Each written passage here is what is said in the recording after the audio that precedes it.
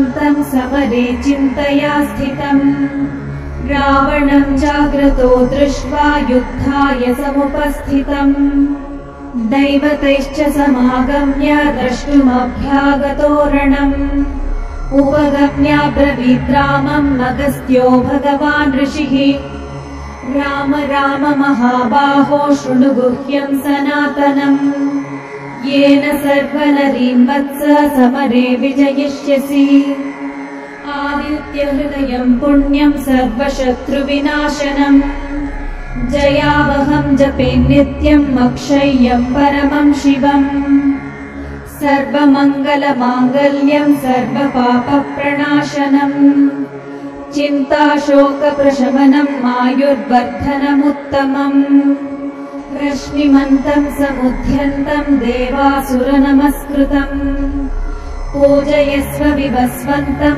भास्करं भुवनेश्वरम् सर्वदेवात्मको ह्येषे तेजस्वी रश्मिभावनः एष देवासुरगणान् लोकान् पाति गभस्तिभिः एष ब्रह्मा च विष्णुश्च शिवः स्कन्दः प्रजापतिः महेन्द्रो धनदः कालो यमः सोमो ह्यपाम्पतिः पितरो वसवः साध्या ह्यश्विनौ मरुतो मनुः वायुर्वह्निः प्रजाप्राणः ऋतुकर्ता प्रभाकरः आदित्यः सविता सूर्यः खगः पूषा गभस्तिमान् सुवर्णसदृशो भानुः हिरण्यरेता दिवाकरः हरिदश्वः सहस्रार्चिः सप्त सप्तिर्मरीचिमान् तिमिरोन्मथनः शम्भुः त्वष्टा मार्ताण्डकोऽंशुमान्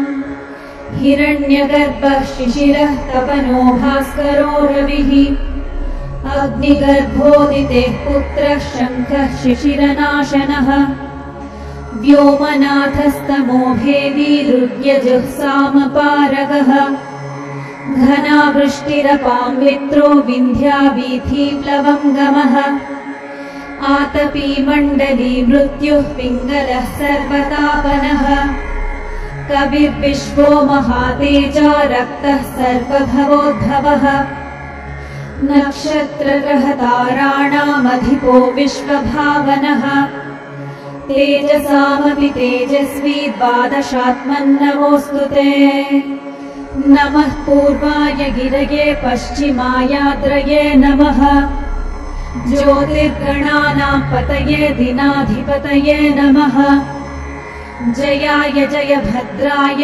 हर्यश्वाय नमो नमः नमो नमः सहस्रांशो आदित्याय नमो नमः नम उग्राय वीराय सारंगाय नमो नमः नमः पद्मप्रबोधाय मार्ताण्डाय नमो नमः ब्रह्मेशानाच्युतेशाय सूर्यायादित्यवर्चसे भास्वते सर्वभक्षाय रौद्राय वपुषे नमः तमोघ्नाय हिमघ्नाय शत्रुघ्नाय मितात्मने कृतघ्नघ्नाय देवाय ज्योतिषां पतये नमः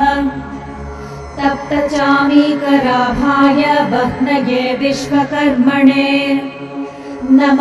नमस्तमोभिनिघ्नाय रुचये लोकसाक्षिणे नाशयत्येष वैभूतं तदेव सृजति प्रभुः पायत्येष तपत्येष वश्यत्येष गभस्तिभिः एष सुप्तेषु जागर्ति भूतेषु परिनिष्ठितः एष एवाग्निहोत्रं च फलं चैवाग्निहोत्रिणाम् वेदाश्च कृतवश्चैव क्रतूनां फलमेव च यानि कृत्यानि लोकेषु सर्व एष रविः प्रभुः एनमापत्सु कृच्छ्रेषु कान्तारेषु भयेषु च कीर्तयन् पुरुषः कश्चिन्नावशीदति राघव पूजयस्वैनमेकाग्रो देवदेवं जगत्पतिम् एतत् त्रिगुणितं जप्त्वा युद्धेषु विजयिष्यसि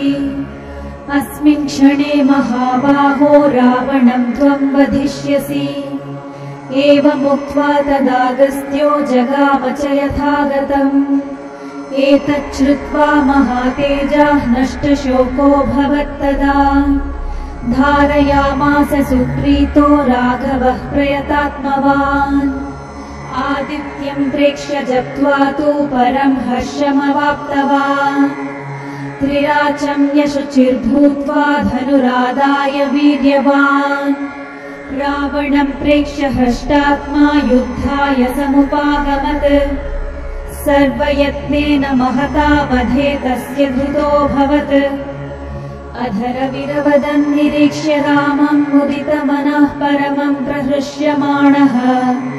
निशिचरपति संशयं विदित्वा सुरगणमध्यगतो वचस्त्वरेति। इत्यार्षे श्रीमद् रामायणे वाल्मीकीये आदिकाव्ये युद्धकाण्डे 5,000 सर्गः।